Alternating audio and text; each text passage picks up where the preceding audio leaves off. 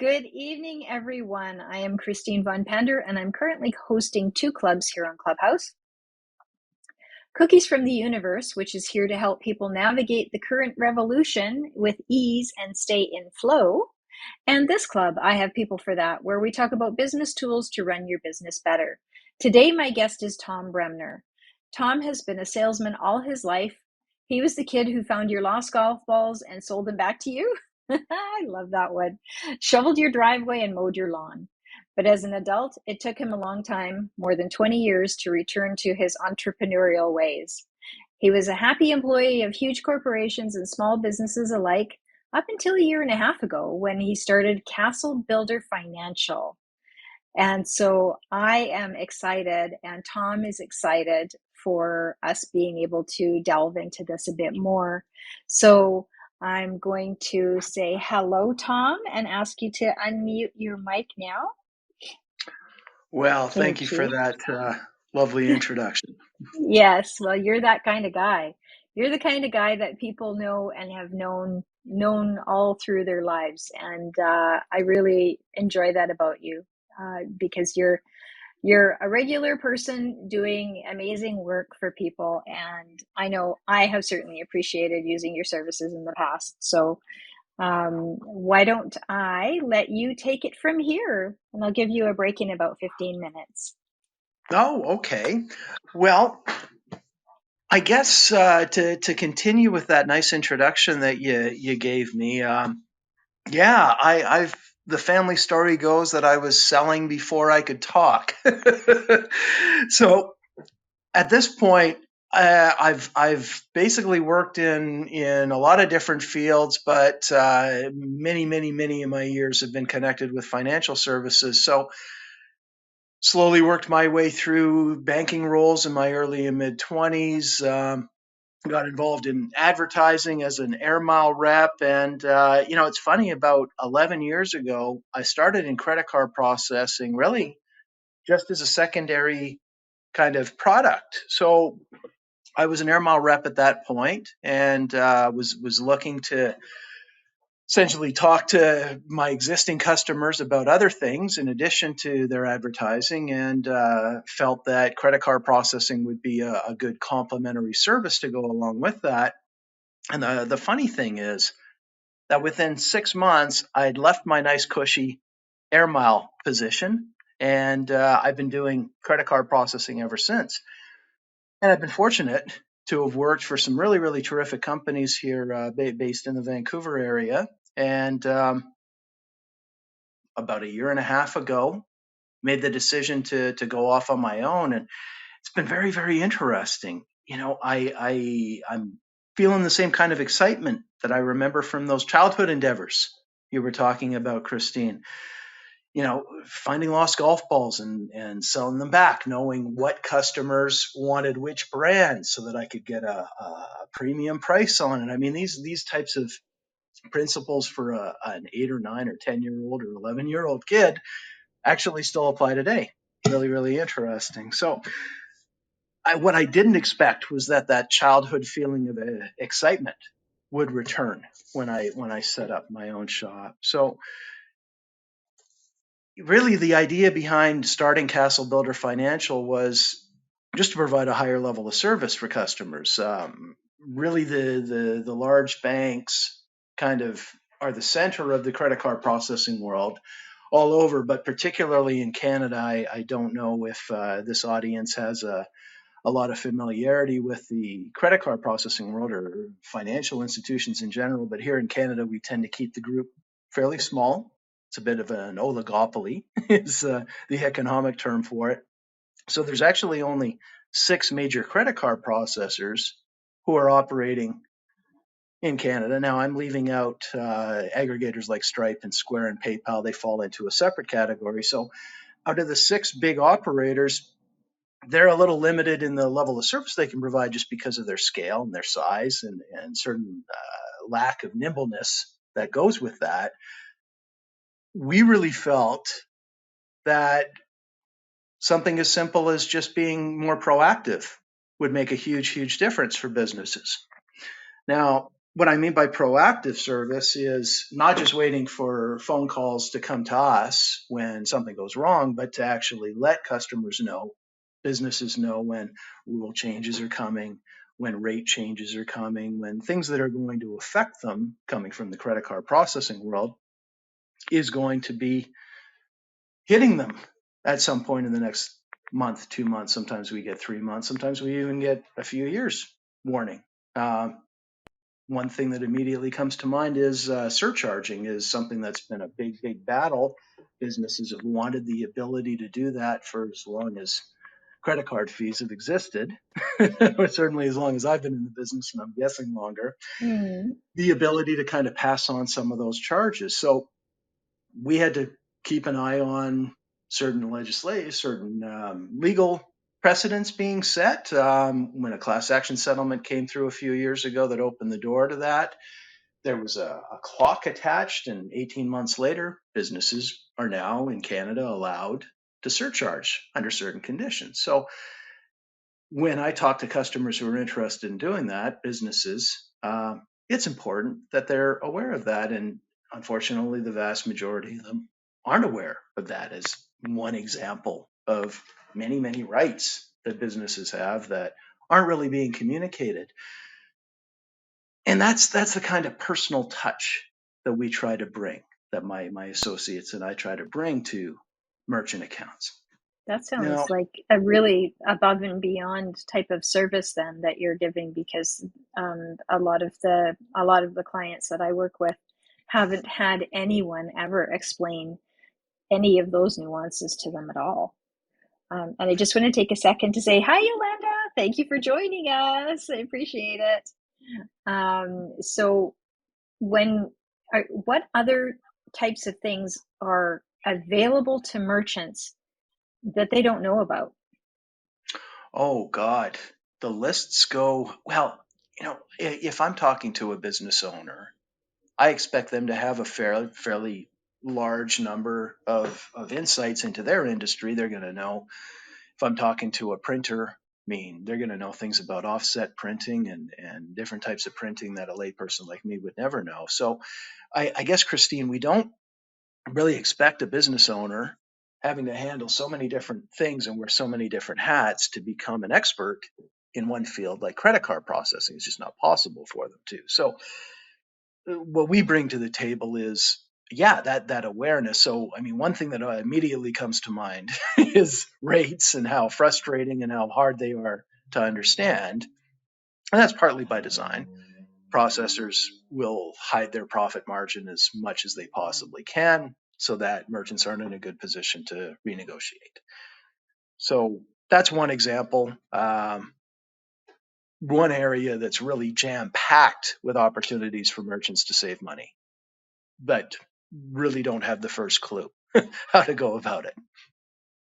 Does that answer your question, Christine? I have a few more actually, because this is an area of interest for me in a big way, because almost every customer, every client that I work with is doing credit card processing to some level or another. Some of them it's only through their online business, and some of them it's for their bricks and mortar business, and some of them it's a hybrid. So knowing these things and understanding that there's so much more to it than just get the machine, process it, and run the tape at the end of the day, and send it to the accountant. Like it's there's way more involved than just those steps. So um, I know in the credit card processing industry, it's a ridiculously saturated sales environment. So how do you separate yourself from the pack at Castle Builder Financial? Well, Christine, there's a couple of things that I've taken from my time before starting.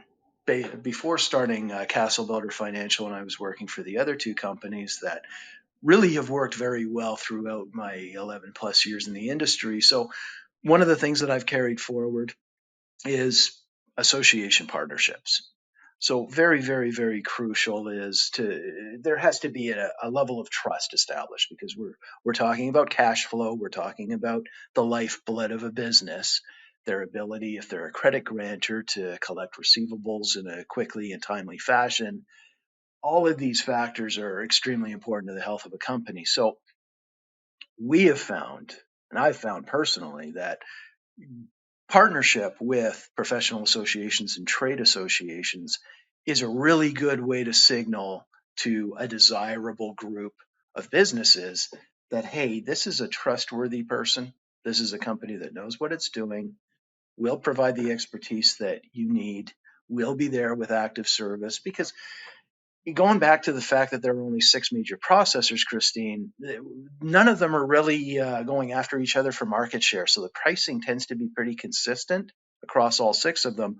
One of the only ways that a business can get any kind of a break is either to be really, really big. So either they need to have a huge amount of credit card volume they're doing, or they can be part of a large group. And this is where one of the main advantages of association partnership comes in, is they get a far better rate than almost all the members would be able to get. I mean, only the very, very huge companies get rates that are comparable to that. Wow. So how do you get to play with the big boys uh, without being one yourself? Is there a method to that? Oh, certainly, certainly. You can first of all hire a broker. Don't try to deal with these processors directly. Don't try to go to them one on one. If you're a business owner, they the education is not a big strong point. I'll be honest with you. When it comes to educating merchants, it's such a big job that the big banks don't really have an interest or even the resources necessary. And honestly, in a lot of cases, the employees they have can't even be trained up to a level where they can advise at a high level for a business. So with those constraints, you're going to have a hard time if you're a business owner who doesn't have a background in credit card processing. You're going to have a real tough time trying to negotiate a deal on your own. So when I say hiring a broker, that's just a different way of saying hiring a company to represent you with that processor and stay in place as your account manager to advise you on an ongoing basis. Okay. So that's how you can get in and get the better rates and get the better service Hmm. as well, right? Oh, certainly. So so that's wonderful. So how does a business owner ensure that they're being well taken care of by their processor if they're not already working with you and already have the best? How do they make sure that the person that they're the company that's looking after them for this is actually really looking after them?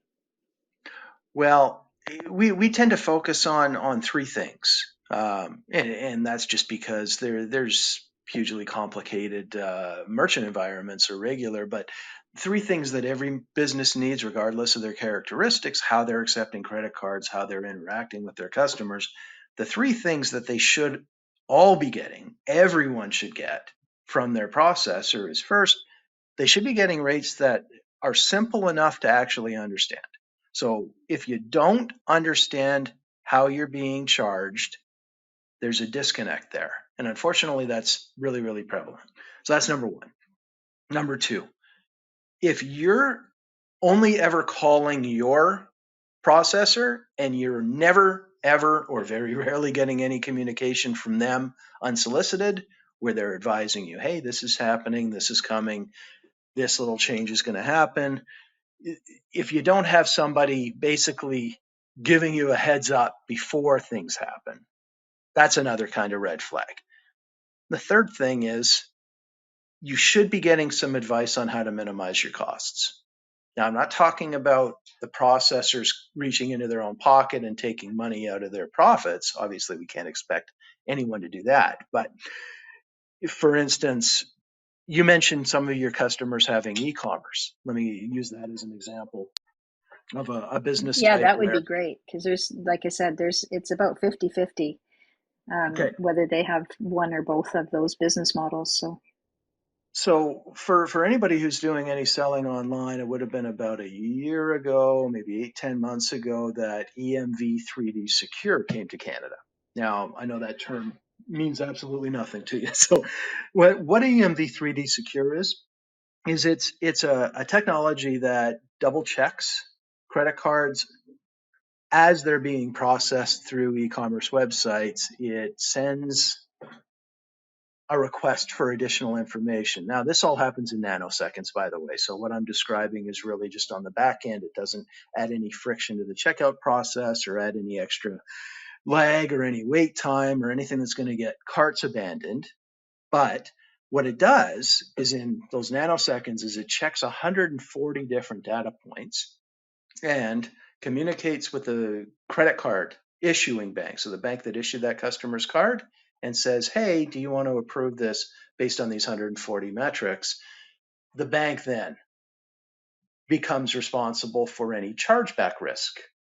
So there's two good things that happen with EMV3D Secure. First is the chargeback risk no longer with the merchant. Merchant, once that EMV3D Secure approval comes through, like I said, in nanoseconds, from that moment on, that business never has to worry about somebody disputing the charge. That money's Ooh, I know theirs. that a lot of businesses, some businesses more than others, have that as a really high issue with Oh, their, absolutely. especially the people that are strictly online. I know that that's a big deal. So you said, is it EMV as in Victor or D as in Yep. dog?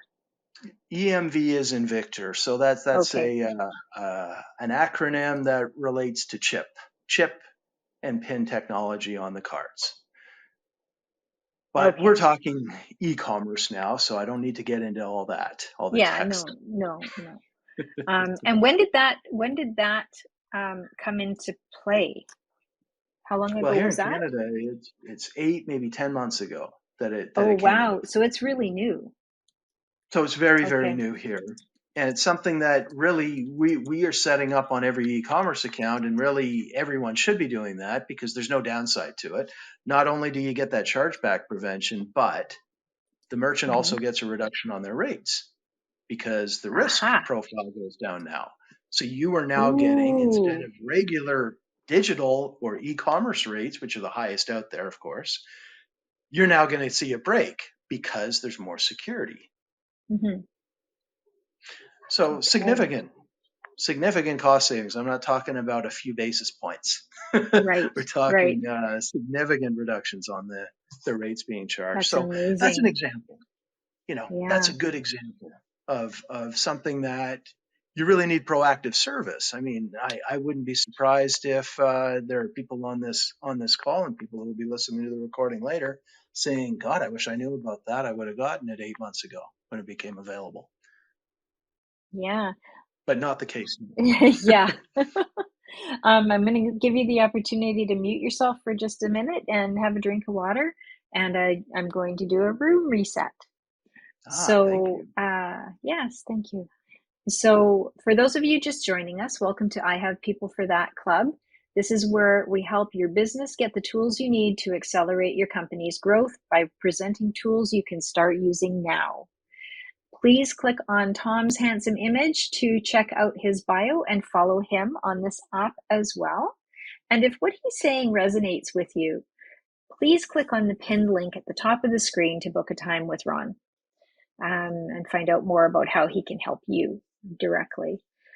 So with that, I will bring you back, Tom, and I'm going to jump a little bit here. And I know you personally, so I'm going to say that I know this to be fact. You have a long history of partnering with professional associations. That's how I met you in the first place.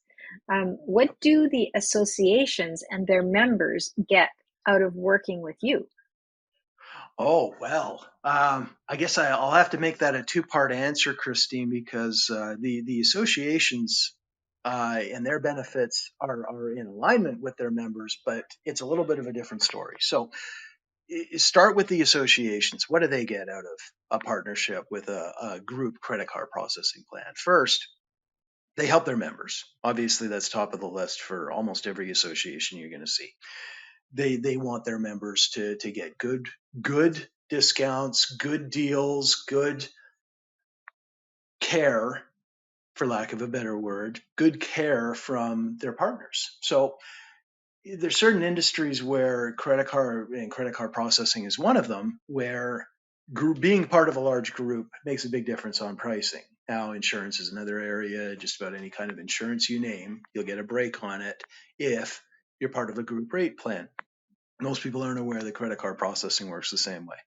So the thing that the association gets that's top of their list is always, hey, are our members going to benefit from this? Is it going to be useful? So that's number one.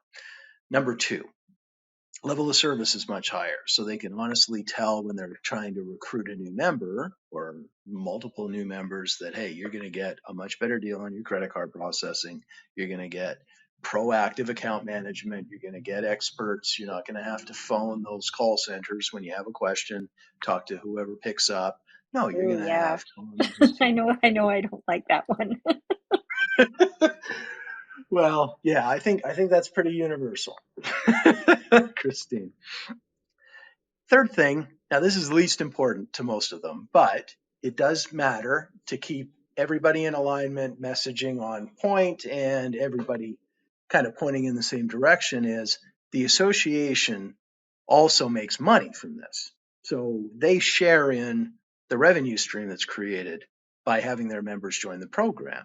So this provides an incentive to advertise to their members and recommend and do all the things that we like to see from our partners, from our professional association partners, to kind of encourage members to take advantage of the program.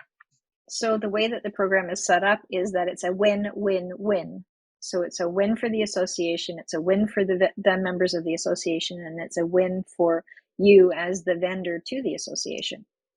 Yes, absolutely. That's I like we're that. we're about long term. We're about long term relationships, just like you are, Christine. The way that you Mm-hmm. do business. Again, we've known Yeah, each I other like the years, idea. so Yeah, for years. So I really appreciate that, and I've always, I mean, whenever I've called, you always pick up the phone, and I've, got my answer quick and been able to service my customer right away as well, and potentially refer them to you for getting their things straightened out. So yeah, that I really like that. I like it when everybody wins in a transaction, right? That's how my whole business profile is. So I really appreciate that. So, so now that we've talked about associations, what about the industries? So, what are the industry verticals that you have particularly complex payment processing uh, that they're pretty complex at their end, at the customer's end? So okay. how are you putting all that together for them and helping them make it not so complicated? Well, we believe pretty strongly that credit card processing and payments in general should never be siloed, Christine. It shouldn't be off on its own, off to a side where, all right, business is considered a cost of doing business and it's not being used strategically. So that is when I walk into a place, into a business, and we're doing our analysis. First thing I look for are areas where we can integrate into different departments. So we can put data into the hands of the decision makers so that they can staff effectively, so that they can measure their receivable timelines, so that they can market in an ultra targeted way to their ideal customers, because we're showing them, hey, for those customers who are paying you by credit card, these are their characteristics. So data is important and totally overlooked. I'll be totally upfront, Christine, totally overlooked. And I feel like I'm trying to convince some of these business owners to eat their green vegetables when I start talking to them about their data. That's a good analogy. I see people's faces get all contorted and everything, and anyway, but I try. I just let me explain it to you, and then when you get it, you'll understand, and then it's gonna work wonders for you. It's gonna do all this great stuff for you. Yeah, yeah. Honestly, that's it exactly. That's it exactly.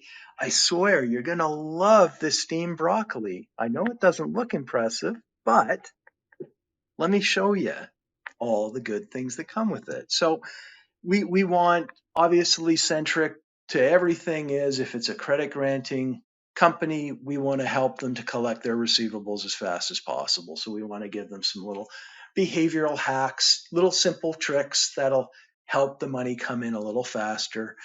We want them to be, if they're a company that sends out invoices, as an example, here's a really popular one that has really grown in use over the pandemic because people are moving away from checks and not really wanting to handle physical paper. We saw a real increase in the amount of digital payments that were happening in that space. Let's do something real simple. Let's just embed a pay now button into every invoice that goes out. Super simple. It's a 5-hour job max for a developer. Okay. Super, super simple. By doing that, all of a sudden, your customers, your B2B customers, are no longer having to phone in and wait on hold and talk to your staff and take up your staff's time and wait until they have, half a day that they can take care of all their invoices. No, now it's a 30-second job. They click the Pay Now button, sends them to a secure payment page. They enter their credit card info. 30 seconds later, it's paid, it's done. The business owner knows, or their credit manager knows, hey, that invoice is taken care of, it's paid. They're notified immediately, and the customer gets to walk off to do whatever their normal business is. So we find this Wow, really, that's really great. helpful. Certain verticals. So you asked about verticals, Christine. Yeah, Building which supply. industry types have the most complicated processes for that? Oh, building supply. Really, really big. I mean, here in the province of BC, the latest statistic I heard is receivable timelines average 82 days at this point. And that's not even late. That's just Wow. average. That's normal business. And it's Wow. partly because of legislation and a lack of prompt payment legislation in this province has an effect on that. It means that there's no timeline for when a general contractor has to pay their subs and on down. And that has a roll on effect for the building suppliers who are providing the materials for those jobs. They just have to wait in a lot of cases, unfortunately. So Wow, yeah, that's that is something that is, I don't know, I don't care what kind of business you're in, that's not a good timeline to be having to wait for your funds in an average way. mm, no kidding. Yeah, absolutely. So that's an industry that I'm fortunate that I have a lot of connections in it through years and years and years of, yeah, absolutely. The professional associations have been a big part of that, but also doing some volunteering and getting out there and meeting people, going to events and getting to know that community. Um, yeah, they're the lifeblood of the Vancouver region. They are the pumping heart of our GDP, our local economy, are the builders. Yes, absolutely. And I mean, it's on the news all the time, on the East Coast and the West Coast, it seems like, and the East Coast and the West Coast of the U.S. as well. And Mhm. the people all in the middle are are kind of dragged along, dragged along with the precedents that are set on each coast, in the interior of the country in the North America, all of North America. So my next thing is, how do you and your team go about analyzing a business's payment processing needs to do that needs analysis and identification? How do you guys do that? Well, we have a fairly sophisticated merchant analysis checklist that is it's really an organic thing. Like we're constantly finding new items to add. We're changing and adapting as we learn more and as we get comfortable with new and different industries. It's a constantly evolving document. So at this point, I think we have about 13 general bullet points that we review, and yeah, constantly being fleshed out. So I'm not going to go down all 13, but if we were to go back to say that example of a credit granting organization, so like a building supplier or a manufacturer or anybody in the B2B world, really, they're typically going to be a credit grantor. One of the items that we're going to look at is how can we accelerate receivables collection. So again, I'm beating a dead horse now, talking about receivable collection, but we're going to look at things like average receivable collection time, how many net days before recovery efforts begin, how do they escalate recovery efforts? Is it systematic, or do they have somebody who's just kind of doing it off the cuff?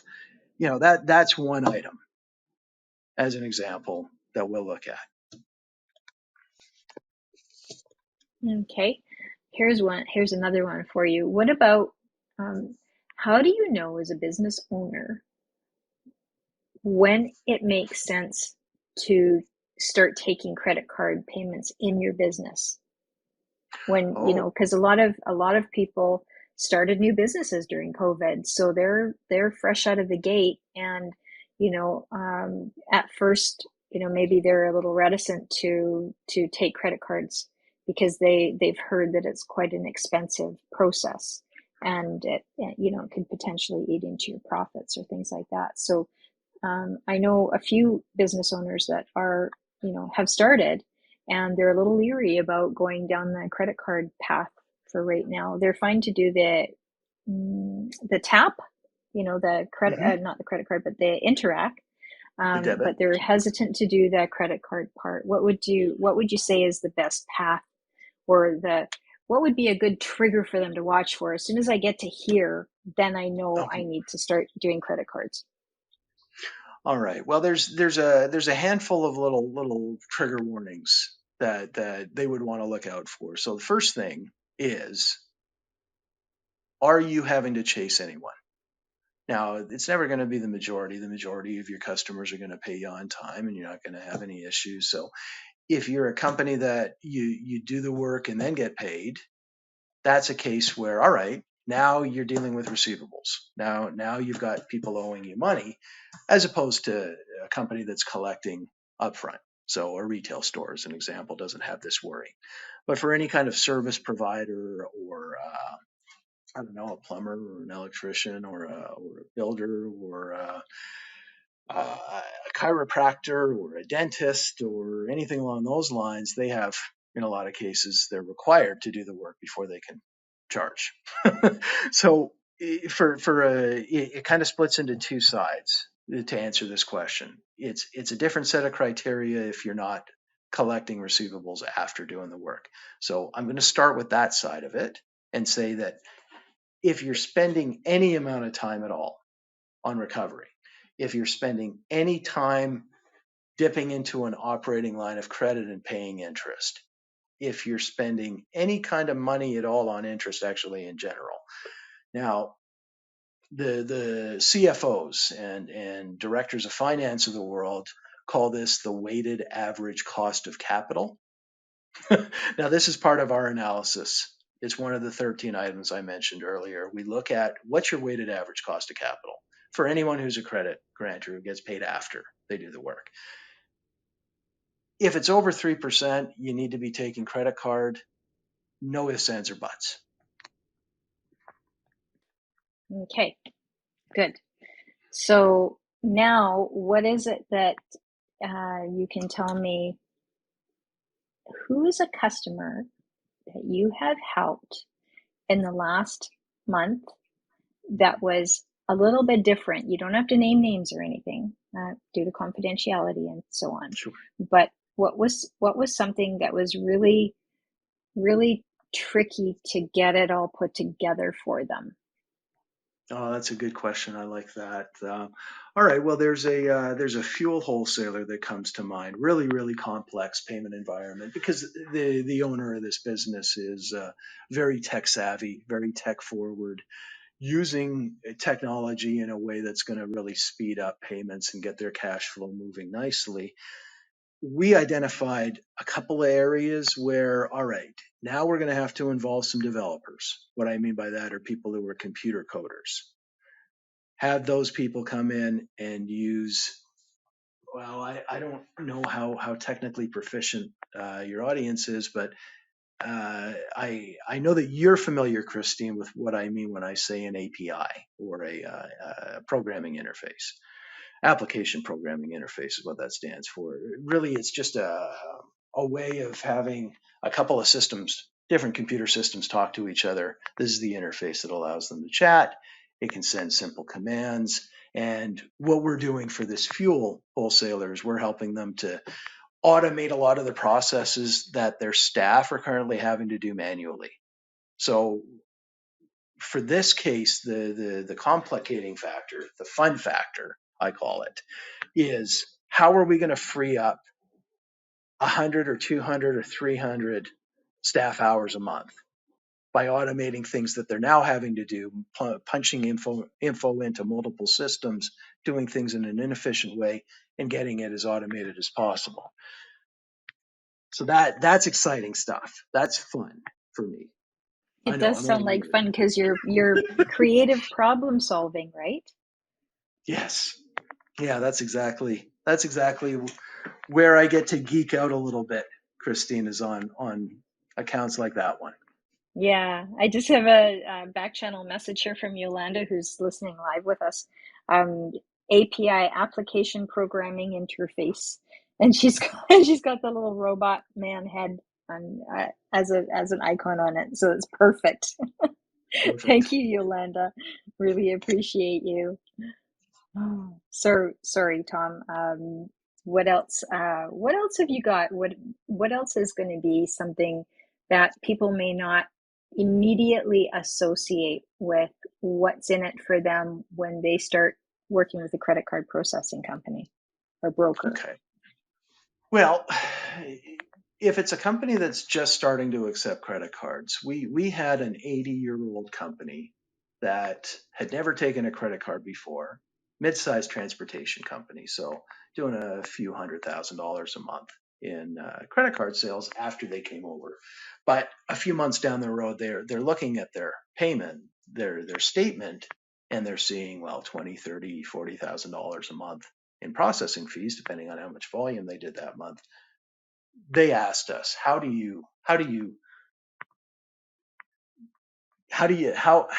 you explain to us why spending this money is a good idea? Now, what wound up happening is we were able to do a study, or actually it was KPMG who went in and looked at the alternative payment methods that they were accepting. So EFTs, checks, cash even.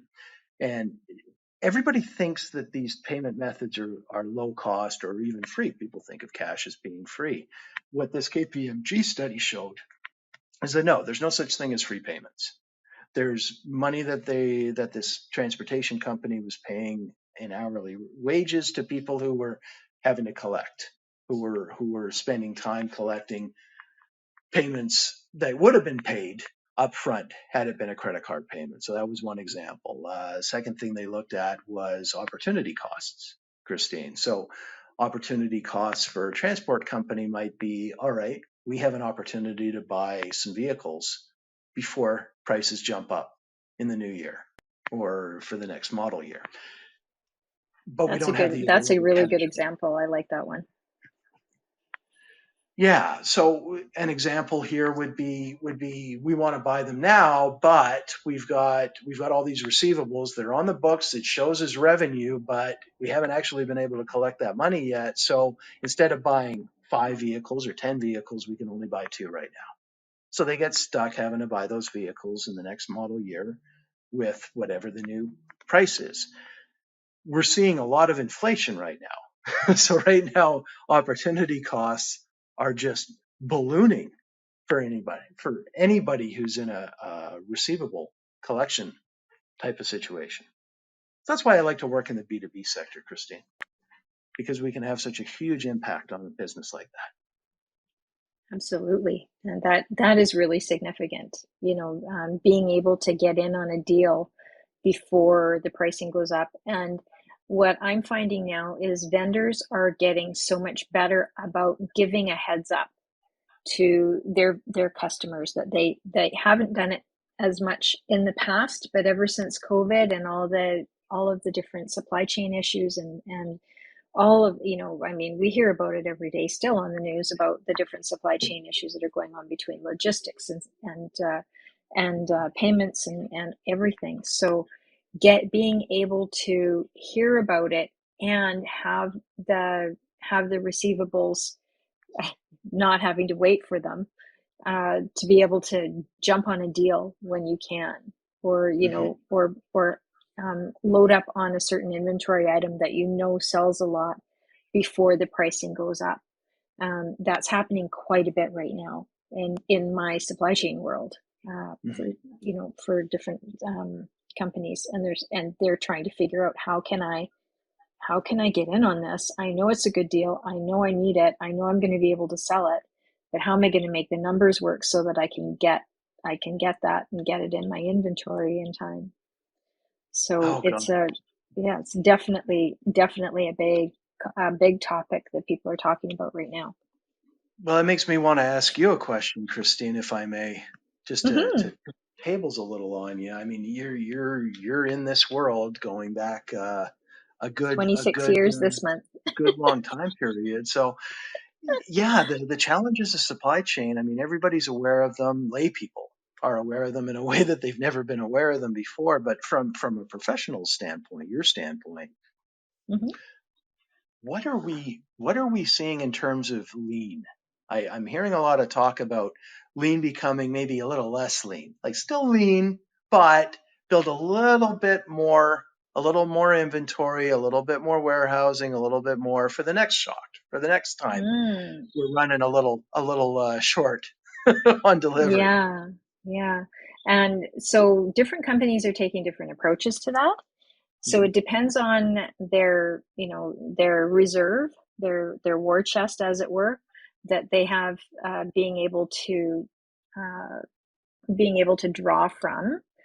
And the bigger companies are definitely, in the time of COVID, they were doing things differently than they had ever done before. So in some cases, in the big companies, they were buying back stock that was out there, that people had bought. People or other companies had bought their stock, for their company, so they're buying back their stocks. And others were holding their cash reserves in cash, so they were completely liquid, so they could jump on any kind of deal that they needed to jump on to make sure that they did not have an interruption in their service and delivery of their products they were making for their customers. So it was quite a range of things that were happening, and now companies are looking back and saying, you know, should we have invested in a C-can or a container load of, you know, uh, surgical gloves, or gloves for doing the job, right? And masks and all of those sorts of things. And now, we've got them all, and nobody wants to. People don't want to sell the stock that they bought of masks and gloves and things like that, because now the fear is in, and it'll be in this whole generation of people, right? So Mhm. they're going to keep all of that. But to be able to have something, to be able to have a vehicle to convert the receivables quicker, to be able to make sure that they've got that cash on hand for those particular things, or be able to borrow against receivables. That's another thing that's happening, and it depends on the business. The businesses, the divide got so large between businesses that are doing regular business every day and businesses that were in fits and starts through the whole thing, the whole time of COVID. And restaurants are a really good example of that. They're usually high credit card turnover, business, and the ones that couldn't do the delivery or the orders online and things like that, they just lost out. They just had to close their doors. And then when they tried to reopen, there was no staff to hire. So, Yep. they were doing a lot of different things. But then you take that and you go all the way over to industry, manufacturing, for example, which is where most of my customers are. And they decided, okay, we're going to buy, we change out all of these particular widgets every year. We're going to buy 3 years worth because we don't know. Ooh. So that's what's happening. And it depends on what it is, and it depends on if it's a high wear part or things like that that are, that they have to get exactly that part to go inside there, it's like brake shoes on a car. Mhm. If the Can't do if the without it. car if the car they're using is going through a lot of brake shoes in a year, then they're going to stock up on those things. So to keep running their businesses and to make sure that their primary products that they're selling are not going to run out, so that they can keep servicing their customers. So there's just so many different things going on, and every day I get different notifications of different conferences and different trainings for supply chain of different strategies to use. And there's a few companies that have popped up using AI to Oh, calculate, and have all of the risk assessment variables are in the program. So people can put oh. in there what they're trying to buy and have it pop out and say, okay, this is your risk level, and this is how long you need to have inventory for, to make sure that you're mitigating your risk as much as possible. So sorry for the super long answer. It's But fascinating, Christine. It's absolutely fascinating.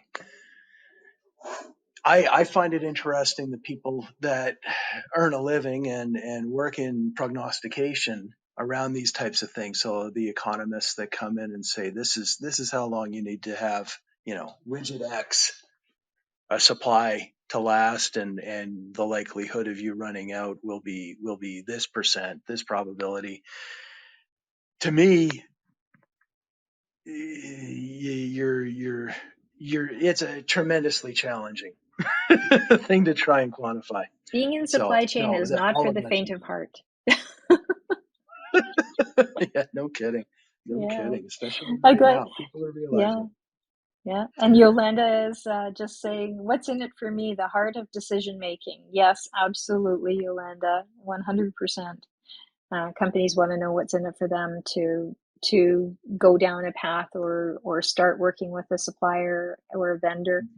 That's everything, right? Well, I understand, and that's a great question, Yolanda, and I love it when somebody's right up front with that because we all think it, but not everybody verbalizes it. So, what's in it for you? Very, very simply is if you're currently accepting credit cards, we will do an analysis. We will do a thorough analysis.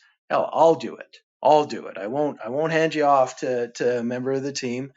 I'll do a thorough analysis of how we can change things for you. It's not just a matter of those call center people back east calling you and saying, "Hey, send me your statement. I'm going to save you some money," because that's what they were trained to do. This is, yes, we want to save you some money, of course, if it's possible to. We want to identify that, but we also want to get the right data into your hands so that you can make easier decisions, better, more accurate decisions around staffing, around, well, some of the predictions that Christine just talked about. I don't know what business you're in, but everybody has to do some predicting at one time or another. So the right data can help with that, can mitigate some of the risk.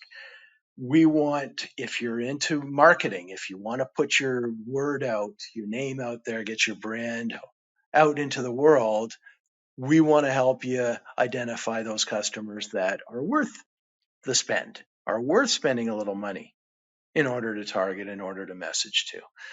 So that's the data.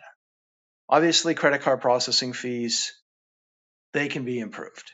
There's always little tricks, or almost always. I shouldn't say always. I can still remember one shoe wholesaler I met that I had to say, your current account manager is perfect. They have missed nothing. They've missed absolutely nothing. You are set up perfectly. That's once in 11 years and change that I've been in this industry that happened. So I can't say Wow. every time. Can't say every time, but almost every time, there's going to be an improvement that we're going to be able to identify and tell you. If I'm not the best fit for you, if Castle Builder Financial is not the best fit for you, we're going to recommend one of our competitors. We're going to recommend the best fit for you based on our analysis. And that's what I do for my clients as well. So I appreciate that. Don't try and shoehorn something in where it doesn't fit, right? Go for the ease of use and practicality of the whole thing. Oh, absolutely, Christine. I think there's no other way to really do business in a win-win-win way.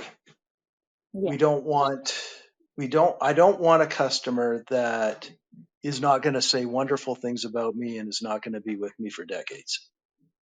It's Yes. just not worth it. And well, and the other thing is they may not be a customer today, but they'll remember how you treated them and they'll remember what you did for them, Tom. And and then they'll say to their friend who has a different industry type or a different business process, and they'll be asking about it, and they'll say, I didn't deal with this guy myself, but he really did he did let me know a lot of good things. And he right off the bat said, I know I'm not a good fit for you, and here's somebody that's right for you. But now that I'm talking to you, my friend, you should really give Tom a call and listen, have him out, whatever. Nowadays, I guess people are doing everything on Zoom, but yeah, have him over and have a listen to what he's got to say, and you'll be surprised at the stuff that he can identify for you. And I could see that happening, just as frequently as every time that you do that with someone. Well, thank you. Every time that you do feel that you need to hand them over to someone else, people remember that and they appreciate it.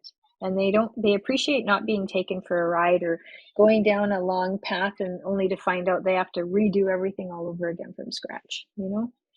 Nobody Yeah, likes I that. completely understand. Yeah, I totally agree with you, Christine. It's the long term. It's playing the game for maximum benefit over the long term, and sometimes that means giving up some short term wins, and that's Hmm. okay. I'm not in any rush. I'm never in any rush, Hmm. Yes, and you're and here I for know the you're the long same. term. And I know you're the So same, Christine. I am. Like I said, this month is 26 years in supply chain, so I'm definitely in it for the long haul. So, and with that, Tom, did you have any closing comments or anything else that you wanted to bring up or talk about? Well, I'd love to just say thank you for having me on, and it was a lot of fun, as it always is, Christine, to chat with you. You as well, Tom. So, with that, I'm going to get ready to close the room. Thank you all that joined us live, and thank you to those listening on the replay.